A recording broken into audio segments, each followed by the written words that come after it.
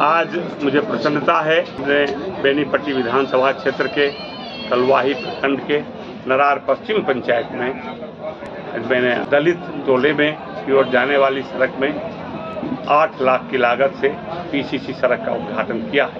विकास की जो निरंतर धारा है वो लगातार चल रही है। मुख्यमंत्री को धन्यवाद देंगे कि नियमित रूप से वो लोगों को सहूलियत देने का काम कर रहे हैं। कल के कैबिनेट में हुआ है वो है कि जो हाई स्कूल में नाइट गार्ड है वो 5,000 के बदले उन्हें 10,000 दिया जाएगा। इतना ही नहीं, जो रसोईया माता बहन है वो 1650 रुपया उनको मिलता है, उन्हें अब 3,000 मिलेगा।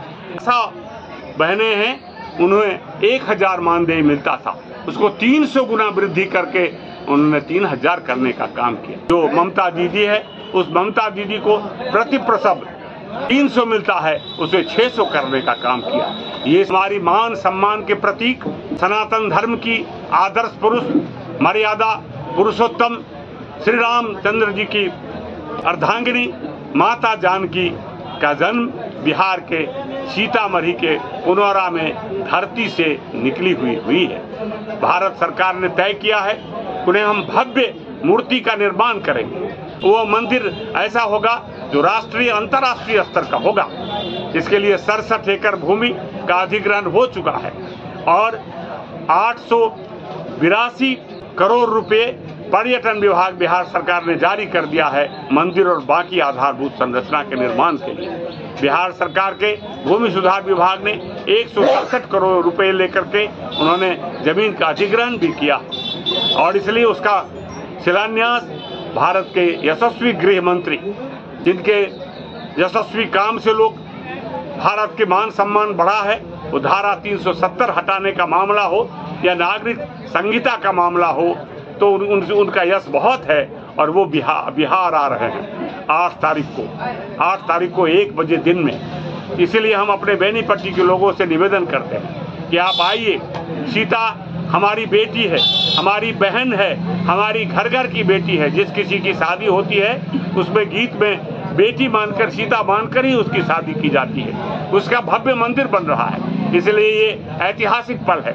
इस ऐतिहासिक पल में हम सभी मिथिला के लोग साक्षी बने, पुनौरा धाम चले और इस यशस्वी जो शिलान्यास होगा इसमें अपनी भागीदारी सुनिश्चित करें। नेता प्रतिपक्ष तेजस्वी यादव ने आरोप लगाया है ये 65 लाख लोगों का जो वोटर लिस्ट में नाम कटने को लेकर के ऐसी घमासान भी चल रहा है। नाम जो कटा है ये किन लोगों का नाम कटा? देखिए, राहुल गांधी और तेजस्वी प्रसाद यादव लगातार मतदाता पुनरीक्षण को लेकर भ्रम पैदा करते रहते हैं और मतदाता और भ्रम लेकर अराजकता पैदा करने की कोशिश करते रहते हैं, लेकिन उनकी जो कुटिल चाल थी वो सफल नहीं हुई।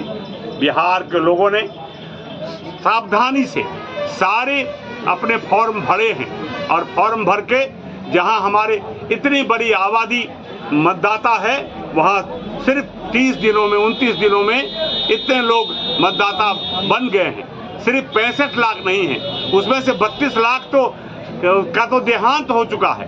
तो बाकी जो लोग हैं, यदि वो विदेशी हैं, यदि वो रोहिंग्या हैं, यदि वो बांग्लादेशी हैं, तो किसी भी सूरत में भारत के नागरिक नहीं बन सकते।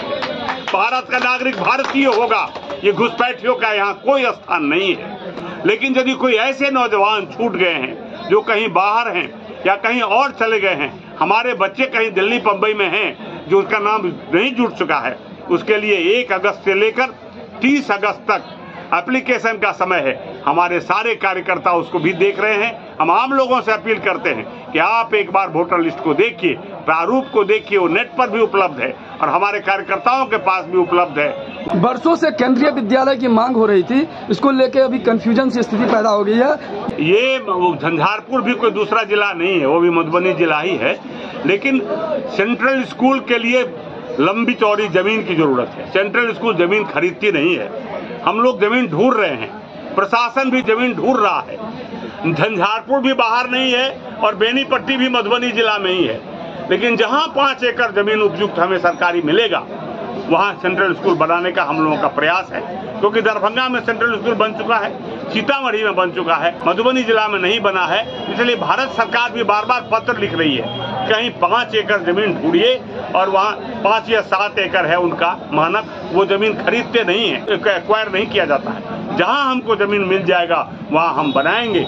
हम आप लोगों से भी अपील करते हैं कि यदि कोई दाता 7 एकड़ अपनी जमीन देना चाहता हो तो दे सकता है, अपने माता पिता के नाम पर सेंट्रल स्कूल बना सकता है। आरएसएस प्रमुख मोहन भागवत जी का बयान आया कि संस्कृत जो है भाषा की जननी है, जबकि यहाँ पे संस्कृत विद्यालयों का जो स्थिति है वो बद से बदतर है। क्या कहेंगे इसको लेकर?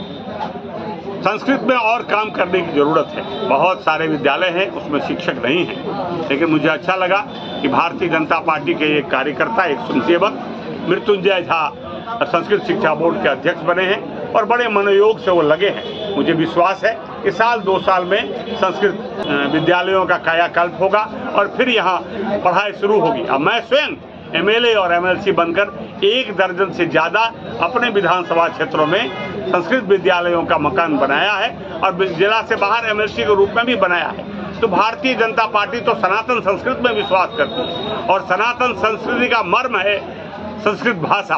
तो संस्कृत भाषा को उत्थान हमारा कमिटमेंट है, उसके लिए हम करते रहेंगे।